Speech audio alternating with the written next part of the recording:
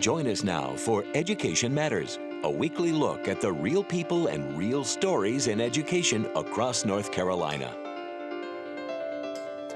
Welcome to Education Matters, presented by the Public School Forum of North Carolina.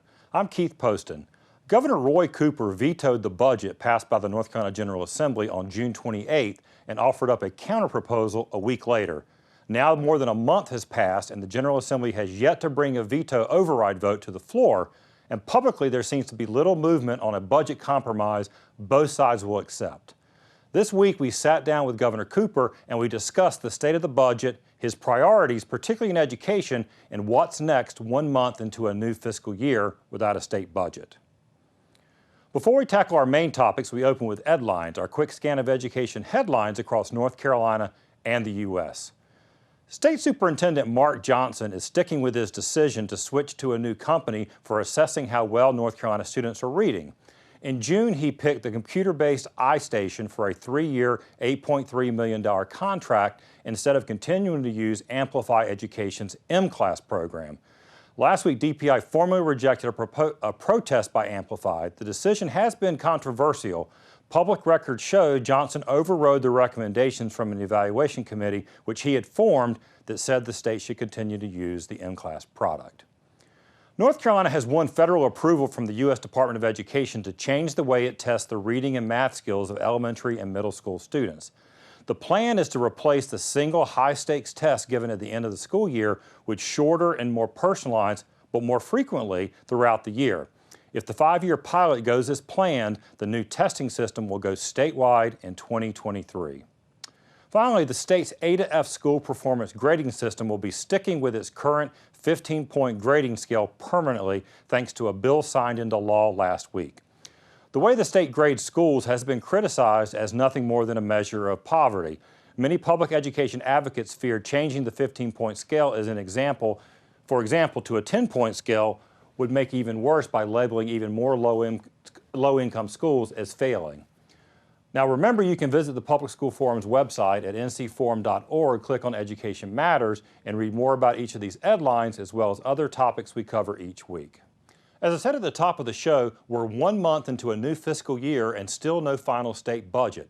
I sat down with Governor Roy Cooper this week over at the Governor's Mansion. Well, Governor, thanks for having us over here to the mansion to talk about the budget and some other priorities in education. Thanks for stopping by the People's House. That's what it is, the People's House. Well, Governor, it's been a month since you vetoed the state budget passed by the General Assembly. Largely along party lines, the budget was passed. And it's been a few weeks now since you offered up a counterproposal. I guess my first question is, what is the status? Are there negotiations underway between you and the General Assembly leadership to find something that y'all both can live with? I vetoed this budget because it didn't invest enough in education. It didn't do enough to get people covered with health care.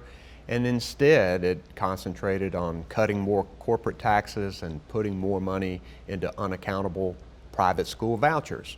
So what we've been doing here is we presented a compromise to them, and instead of negotiating with us on trying to find common ground with honest give and take, they spent all their time trying to buy off enough Democrats to override my veto. They've been unsuccessful so far, and it's been a month. And in fact, this is day 23 as you and I are sitting here right now, where we've put forward a reasonable compromise and we've seen no response because they're so busy trying to override the veto and get the budget the way they want it, which is what has happened over the last 8 years. It's time for that to stop. The people in 2018 voted for more balance. They got rid of the supermajorities in both the House and the Senate. So I think people want to see us talk instead of this power play of trying to override the veto. Did you anticipate, I guess, more either a negotiation or compromise up front or now? Like you mentioned, I mean, you issued 28 vetoes prior to this year, only 3 this year, which I guess in one way you could say, well, there are more things coming to you that are okay. But at the same time, you're not, at least from the public perspective, it doesn't look like there's any real negotiation going on. Well, I think the fact that we have broken the supermajority, it has suppressed more of the bad things. They don't like to lose, so they aren't sending bills to me. They know I will veto, and that veto will be sustained. But this budget, it's not really a negotiation right now because we're still waiting for the counteroffer. Instead, they're going to individual Democratic legislators offering millions of dollars of unaccountable money, have even put on the auction block the North Carolina Department of Health and Human Services, an entire state agency. You ever seen anything like that? Never seen anything like that. They say that they'll move this agency to whatever county a Democratic representative will vote to override the governor's veto with no feasibility study. It's all about power politics, and it's time for that to stop. I think the people want us to negotiate. I would ask them to please respond to our reasonable offer. Well, let's talk a little bit about some of your priorities and sort of where you differed. Like you did veto the original budget. We'll talk a little bit about your counteroffer. Teacher pay. Yeah, we're way apart on teacher pay, and we need to try and get to the national average as quickly as we possibly can. And I proposed in my budget a 9.1% teacher pay raise. No teacher would get less than a 3% raise. We want to make sure that veteran teachers are taken care of. The legislative budget, however, really short-changed teachers this time, like a 3.1, 3.2% raise.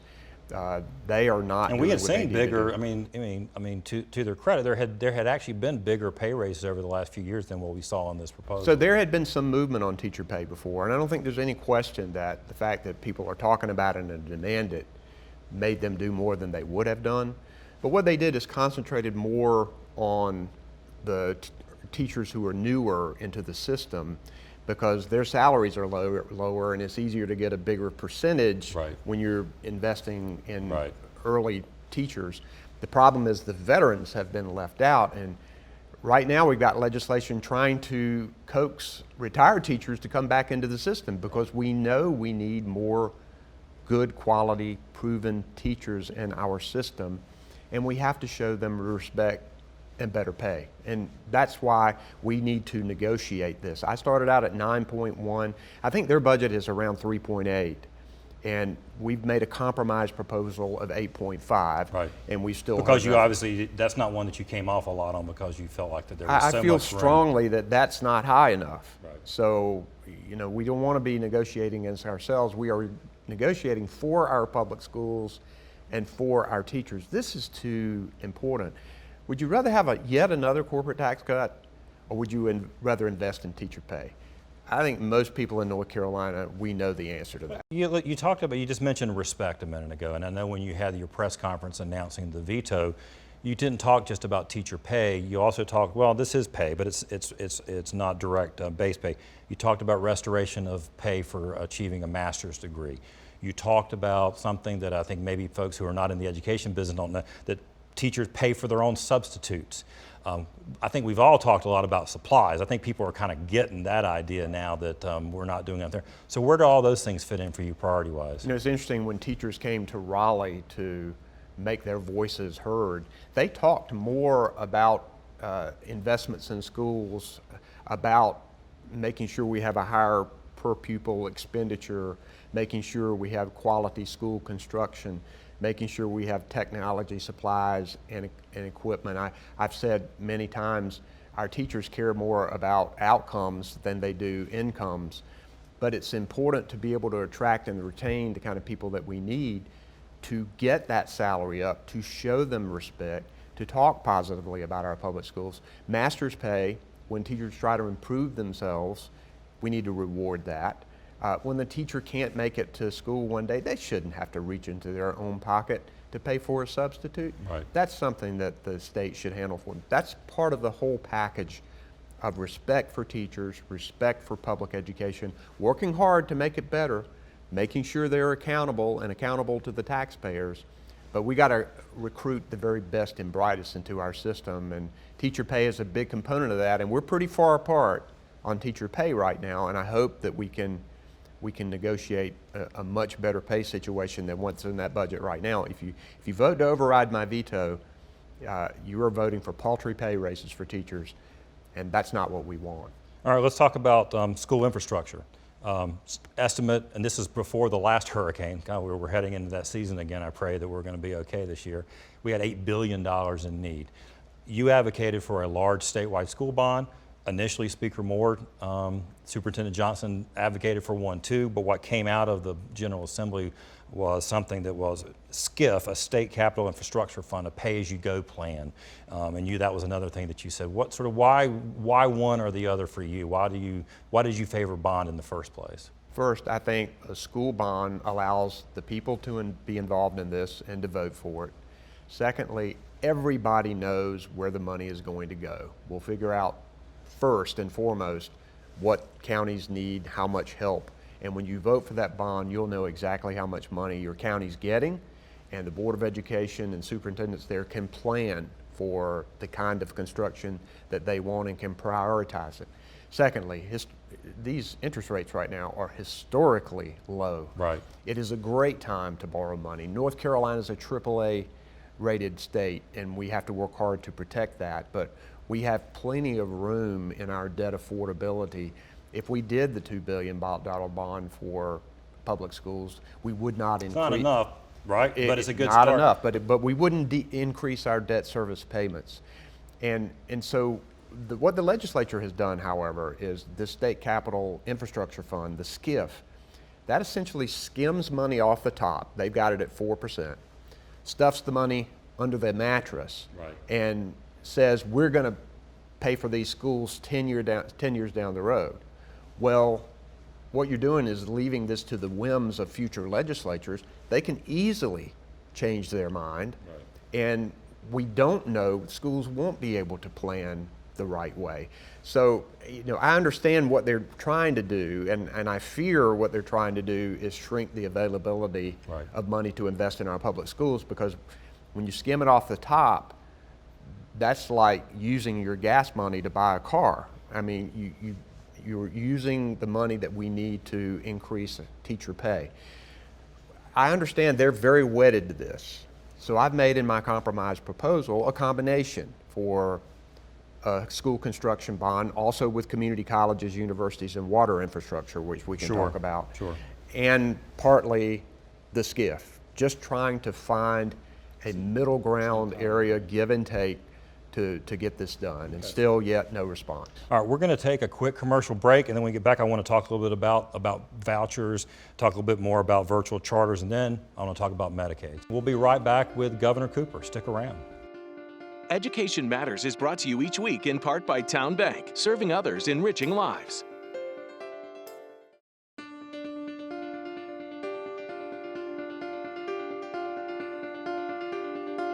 Well, welcome back to Education Matters. We're still here with Governor Cooper. Governor, thank you again for the time today. You mentioned in our last segment we talked about private school vouchers. That was one of the reasons why. Now, you originally, in your original budget, your first proposal, you called for elimination of funding, but I believe in your counter proposal, you're suggesting keeping funding for students who are already receiving them, but no new money. So you're still not comfortable with the concept, it sounds like, of private school vouchers. I'm not. I think it siphons money away from our public schools. We only have so much to invest. And this money's unaccountable. We have no way of knowing whether the students that are going to these private schools are getting the kind of education that they need. I know this is something that's been a real project of the Republican leadership. I felt better just eliminating the funding, but realizing that they weren't ready to do that, my compromise proposal was that, okay, let's let everybody keep them that has them, and let's don't do any new ones. And in fact, we need to analyze this and see if it's providing the kind of education that we need. I don't think that it is. They have a lot of money that they have not even been able to give to students because there hasn't been that much of a demand for it. So they're still trying to put more money into something that the demand has not been there.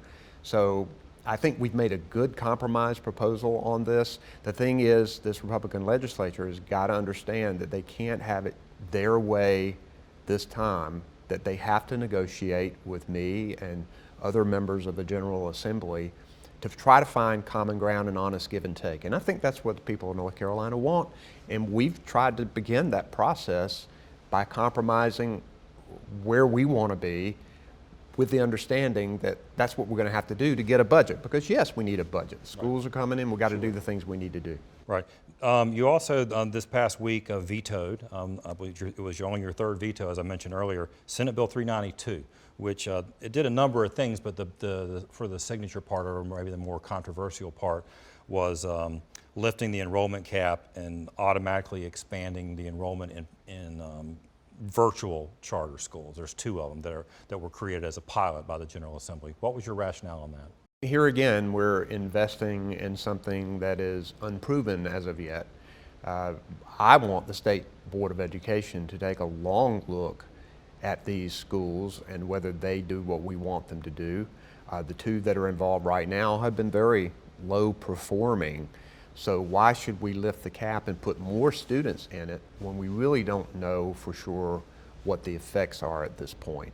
So I want to have the authority there at the State Board of Education to really look at this, and before we are having to legislatively force the cap to be raised. It is about accountability, Keith, and it's about getting our kids the very best education we can get for them. Right. Now, I do want to talk to you about Medicaid. Now, we've been talking for a while and it hasn't come up yet. Now, one of the criticisms from the leaders of the General Assembly is that that's your only focus. So that's the only reason why that we're here today in this impasse is on Medicaid expansion.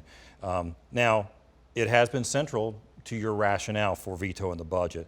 And when we were down with our cameras talking to teachers, and when they came and marched again in the spring, Medicaid expansion was one of the things they called for. Now, I guess for viewers and for me, I mean, it's obvious why someone who is the working poor who can't afford insurance would benefit from expansion, because they would get health care. Why should North Carolinians care about Medicaid expansion themselves, and why should people who care about education care about it? First, it's important to note that my veto of this budget was much more than about Medicaid expansion, but education, clean water as well, and how we cut taxes and not doing tax cuts for corporations. But I believe that Medicaid expansion, and the data shows that everybody benefits. You and I could have a debate about how much the government should be involved in health care, but this is an issue that's already been decided. It's pretty much set in stone in Congress.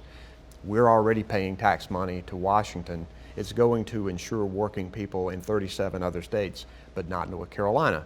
It's time to do that. There are a lot of benefits for everybody with Medicaid expansion. First, you got these people who are making too much for Medicaid, but not enough for federal subsidies under the Affordable Care Act. So they want to keep working and supporting their family, but they can't afford health insurance, and a lot of small businesses can't afford to get it for them. So this helps them get it. But when you reduce uncompensated care for hospitals and providers, you make health care less costly for everyone. And in other states that have done this, we've seen a 7 to 11% improvement in private insurance premiums for everybody else. This will help us fight the opioid addiction crisis. It'll help us with mental health. There are many veterans who don't have access to the VA that will be helped by this. There will be 30 to 40,000 new jobs that will be created in North Carolina. And I would tell all of your viewers to go to healthcarecan'twait.org. healthcarecan'twait.org. They can go to their county and find out exactly how many more people would have health insurance, how many jobs will be created, and what is the economic investment in that county. It'll be one of the biggest economic development happenings in many of our rural counties. And by the way, about 40% of our rural hospitals are operating in the red, right. And this will be a tremendous shot in the arm for them. Theoretically, it would have an impact on the issue we just covered on the show last week, which is the state health plan and the cost that the hospitals say that they're having to bear because of the uninsured. Medicaid expansion is one of the best things we can do to help control costs, because we all pay for uncompensated care, because these hospitals, when someone has an emergency, they don't have insurance, they don't have the ability to pay. Everybody else pays for it. And this is an avenue that we can take right now. There are no good arguments against Medicaid expansion. They're only ideological, and what we need is to find a way to get these working people health insurance for our state. We have a way to do it. I'm willing to be flexible on how we do it, but it's something that we need to negotiate. Are you, I guess, don't get into prediction business. Last time you and I got into prediction business, we talked about Duke and Carolina in the March Madness, and then they both lost. So, but I want to ask you, how do you feel? Are we going to get back to, are you going to get to the table? Are we going to get a budget? I mean, we're a month in. Well, I think we're in a place that North Carolina state government has never been before. We have a governor who's vetoed a budget, and that veto cannot be overridden at this point. So I think we're going to have real negotiations between the executive and legislative branches. I can't predict what's going to happen. I know what should happen, right, and I know what the people expect us to do is to sit across the table, understand that we have differences. This is why I've tried to come forward with a compromise that tries to see things from their perspective. Honest give and take we need, and I think the people are going to demand that of us. Last question, and I'm going to give it a little bit of short shrift, unfortunately. Governor's Commission on Access to Sound Basic Education, Leandro. Couple big things coming up, some recommendations coming, potential court orders, potential settlements. We're going to do more on the show about it, but how big of a deal is this for public education and for the state of North Carolina? This can be a foundation where we can get private, legislative, people who care about education to make sure that every single child has access to a sound basic education, because it would involve the legislature, it would involve the courts, and we have a policy group that's coming in to provide some excellent advice to us. One of the things we know is investment early in a child's life is critical to that child's learning and their ability to be able to succeed in the future. We want to make sure that that child that's born in a poor area, in a rural area, has got the same opportunity as everybody else. And the kids who are at risk, that North Carolina recognizes that, and that we've got the foundation to do it. And I think this lawsuit, everything that's happening with our commission, has the ability to form the nucleus of significant improvement in education in our state over the next few years, and I'm excited about that. Well, we're going to talk more about that when all of that comes up. But Governor, thank you so much for your time. We appreciate the comments and the time today. Thanks so much. We're going to take a quick break, and when I come back, my final word.